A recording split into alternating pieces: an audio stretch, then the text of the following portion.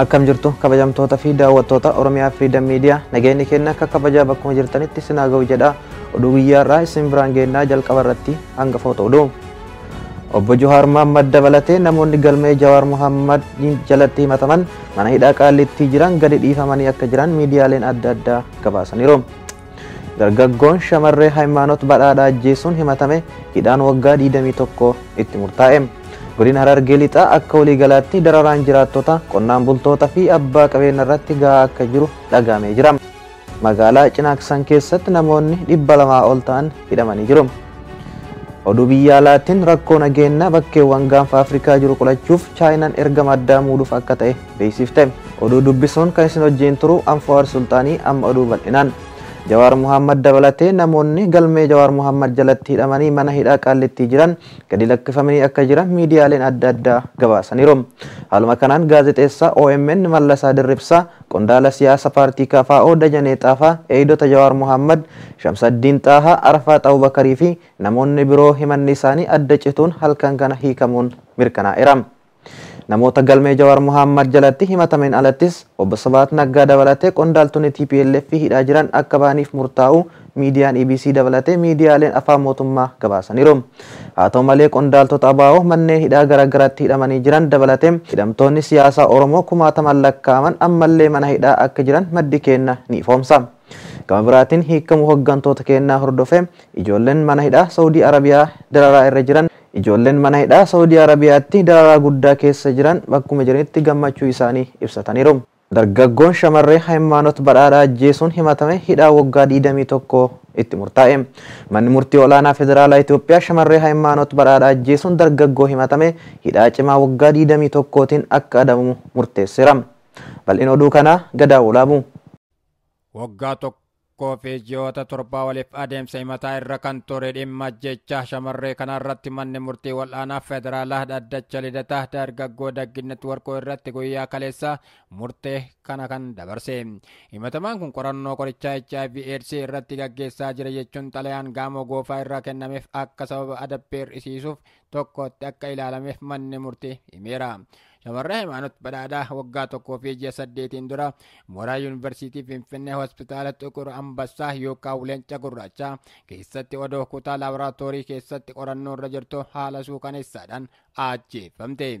Manni murtiis ajjeechaa shamarree kanaa irratti ragaalee namaa fi sanadaa erga qulqulleessaa tureen booda dargaggoon kun yakkamaadha jechuun dhaddacha amajjii 6/2022 ooleen hidhaa waggaa 21tiin akka adabamu murteesse. Abbaan shamarree Hayimaanoot obbo Badhaadhaa Fayyisaa murteen kennameen booda yaada kennaniin murteen kennametti akka hin gammannee fi haqni micayyootiyaa ammallee hin argamne jedhan. Jalqaba irratti waraqaan waajjirri barnootaa Gaamoo Goofaa barreesseef kan qoricha HIV/AIDS guyyaa 14 keessatti fayyisu argate jedhee barreesseef suni odoo qoratame hin milkanaa'in akka adabbii hir'isuutti qabameefi. Namoonni qoricha HIV/AIDS argate biyya kana miti addunyaarrayyuu hin jiru. Kuni xalayaa sobaatu akka ragaatti qabameef jedhan. Gama biraatiin dargaggoo kallattiidhaan ajjechaa raawwate kanaan alatti kanneen gocha ajjechaa kana keessatti shoora qaban biroo sirriitti qoratame adda bahee haqni hin baane jedhan obbo Badhaadhaan. Murtiin kenname murtii haqaa miti. Dargaggeessi kun Arbaa Mincirraa kallattiidhaan dhufee hospitaala kana kutaa laaboraatoorii keessanii kan ajjeese. Cancala yakkaa namoonni biroo wajjin jiru. Namootni kana keessatti qooda bahan wanti adda bahe hin jiru jedhan. Waggaa 1.8 guyyaa guyyaadhaan Adaamaa irraa Finfinneetti deddeebi'uun haqni micayyootiyaa akka argamuuf dhama'aa turullee dhumarratti murtiin kenname yakka raawwatameen kan waliin hin madaallee fi haqa kenna kan hin mul'isnedhas jedhan. Murtiin kun haqa micayyootiyaa hin baasne ani nama umriidhaanis deemee fi sababa du'a intala kiyyaatiin dhibee meeqaaf saaxilameedha. Murtiin kun immoo ittuma nu miidhe. Ani humna hin qabu, namoonni humna qaban kan na qarqaaranii waliyyannoodhaan haqni intala kiyyaa akka bahuuf uummanni haa na qarqaaru jedhan obbo Badhaadhaan.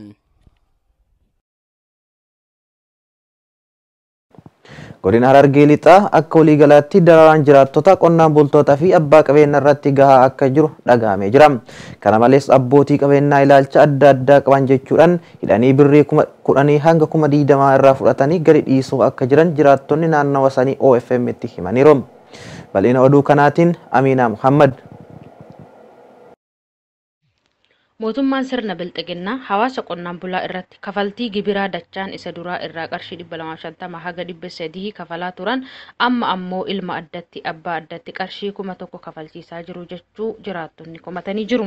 Itti dabaluunis akka maddi kennanuun jedhanitti sirni mootummaa Abiyyi Ahmad qotee bultoota hidhaa fi reebicha hamaa irratti geeggessaa dirqamaan qarshii irraa erga funaanatanii booda ammas ashuraansii fayyaa maqaa jedhuun mana manatti qarshii 470 dirqin irraa guuraa akka jiran jiraattonni kun sagalee isaanii karaa OFM'tti dabarfatanii jiru. Akka jiraattonni kunniin himanitti ashuraansii fayyaa jedhanii waggaa darbe mala galii itti funaanatuuf baafataniin uummanni tajaajila tokko odoo irraa argatee hin beekne dirqisiifamaa akka ture dubbatanii jiru. Kana malees abbootii qabeenyaa ilaalcha addaa qabda jechuudhaan hidhanii birrii 10,000 haga 20 irraa fudhatanii gadi dhiisaa akka jiranii fi namoonni mana hidhaa seenanii qarshii kana kafaluu hin dandeenye achumatti xiinsammuun miidhamaa akka jiran odeeffannoon toora sirraa OFM gahe ni ifoomsa. Humnoonni finxaaleeyyii Amaaraa hidhatan Shawaa Lixa Aanaa Dannootti haleellaa uummata nagaa irratti raawwataa jiru jedhame. Godina Lixa Shawaa Aanaa Dannoo gandoota akka Kalaalaa, Adaroo, Awwadii Gulufaa, Noonnoo, Ooddoo Oronii, Aallee fi Kashoo kanneen jedhaman keessatti jiraattonni sabaan Amaaraa ta'an naannoo kana jiraatan kanneen mootummaan itti Oromoo ofirraa eegaa jedhee meeshaa hidhachiise humna finxaaleeyyii Amaaraa hidhatan waliin ta'uun uummata nagaa qe'ee isaa irratti ajjeesaa fi saamaa jiraachuu jiraattonni Aanaa Dannoo himataa jiru. Akka odeessi Aanaa Dannoo irraa nu ga'e ifoomsutti mootummaan kanneen sabaan Amaaraa ta'an ganda Oronii keessa jiraatan qofa nama 76 meeshaa hidhachiisuudhaan kanas ittiin shanee ofirraa eegaa jechuun akka ta'e jiraattonni kunniin nuuf himanii jiru.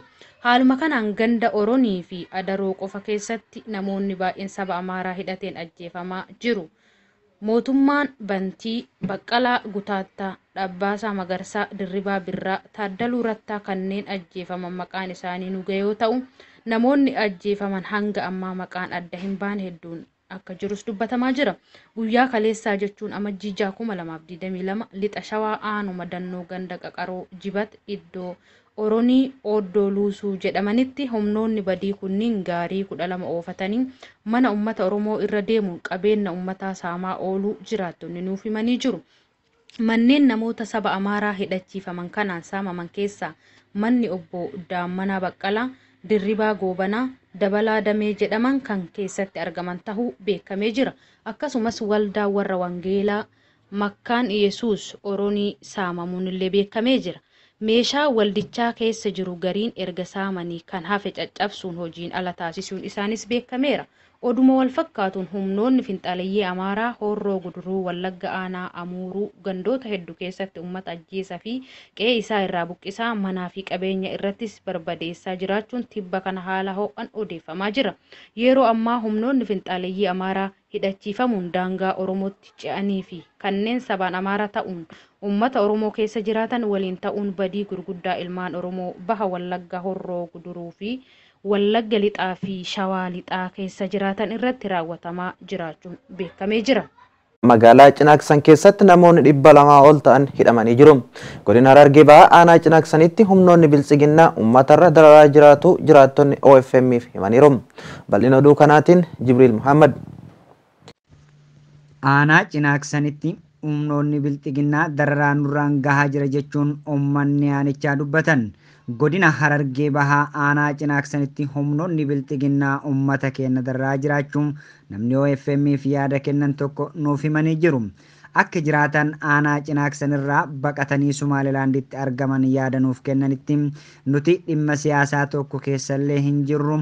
Oromoo ta'uu keenya qofaaf hidhaan tumaa fi dararaan adda addaa nurra gahee baqannee biyya Sumaalilaandi keessattis rakkoo hammana hin jedhamne keessa jirra jechuun OFM'tti himanii jiru. Magaalaa Cinaaksan keessatti namoonni hidhaman 200 ol yoo ta'an isaan keessaa immoo maatiin mana tokko guutumatti keessatti kan argamuu fi dubartoota ulfaa dabalatee haati ilmaan 9 badii tokko maleetti Oromoo ta'uu qofaaf mana hidhaa dhiphoo keessa jiraachuun jiraattonni kunniin OFM'tti himanii jiru. Namni maqaan isaa Yusuf Said jedhamu poolisiin rasaasa itti roobsuudhaan akka maleetti tumanii miidhaa hamaa irraan ga'us jalaa baqatee jiraachuu fi haadha manaa isaa immoo ilmoo ulfaarraa baasanii naasuu tokko maleetti uummata keenya magaalaa Cinaaksan mul'ii daawwee qooroo daawwee fi mul'ii hegeruu dabalatee magaalota aanaa Cinaaksan keessa jiran hedduu keessatti dararaa hammana hin jedhamne uummata keenya irraa gahaa jiraachuu jiraattonni baqatanii magaalaa Sumaalaandi jiran OFM'if himanii jiru. Jiraattonni roorroo jibbuun lubbuu ofii baafachuudhaaf baqatan kunniin namoota gurguddaa fi abbaa maatii hedduu yoo tahan ammas bakka jiranitti hordoffiin nurratti godhamaa jira jechuun yaaddoo nageenyaa qabanis dubbatu. Kana malees bakka nuti jirru kanatti dhaabbanni UNHCR's ta'ee qaamni baqataa dubbisee furmaata nuuf kaa'u tokkolleen argataa hin jiru jechuun rakkoo hamaa keessa jiraachuu dubbatan. Namoonni kunniin maqaan isaanii akka nu ga'etti Fu'aad Haaji Qaasim, Abdunnaasir Muhammad Ahmadee, Mahadii Rashiid, Caalaa Muhammad Hajji, Ahmad Yusuf, Yusuf Said Gurree fi Muhammad Haaji Bullaallee Shaamee Maammee Ibroo jedhaman. Uummanni kunniin qabsaa'ota Oromoo aanaa Cinaaksanitti miidhaa irra ga'ee fi ajjeechaa jalaa baqatanii magaalaa Sumaalilaanditti dhokatanii jirudha. Itti dabaluunis namoonni kunniin akka jedhanitti maatii keenyas dubbisuu hin dandeenyu. Gama biraatiin gara biyyaatti deebi'uus ulfaatadha. Mootummaan abbaa irree gabroonfataan kun hordoffii kallattii hundaan nurratti waan godheef uummanni Oromoo bal'aan rakkoo nuti keessa jirru kana dhagahee furmaata akka nuuf kaa'u jechuun OFM'tti dubbatanii jiru. Oduu biyya alaatiin rakkoo nageenyaa bakkeewwan gaanfa Afrikaa jiru qolachuuf Chaayinaan ergama addaa muuduuf akka ta'e beeksifte. Dabalataanis dhimma kana irratti ministeerri dhimma alaa Chaayinaa Wang Yi Keeniyaa daawwatanii ibsa miidiyaaleef Mombaasatti kennanii jiru. Guutuu isaa Rabbirraa galchuu waan qindeeffate qaba. Rakkoo nageenyaa bakkeewwan gaanfa Afrikaa jiran qolachuuf Chaayinaan ergama addaa muuduuf akka ta'e beeksiste. Dhimma kana ministeerri dhimma alaa Chaayinaa Wang Yi Keeniyaa daawwatanii ibsa kennaniiti jiru. Ibsa miidiyaalee Mombaasaadhaaf kennaniin biyyi isaanii naannichatti gahee ishee cimsachuu akka feetu himan. Waliigalteen siyaasaa fi tarkaanfii qindaa'e keessa qooda qabaachuun Chaayinaan gaanfa Afrikaatti ergama addaa nan muuda jechuun ishee Reuters gabaaseetii jira. Nageenyaa fi tasgabbii naannicha keessatti gaheen keenya guddisu itti fufna jechuunis Wang Yi dubbataniiti jiru. Qondaalli olaanaa Chaayinaa kun biyyoonni gaanfa Afrikaa egeree isaanii irratti murteessuu qabu akkasumas yaa'ii nagaa tolfachuu qabu jechuunis himaniiti jiru.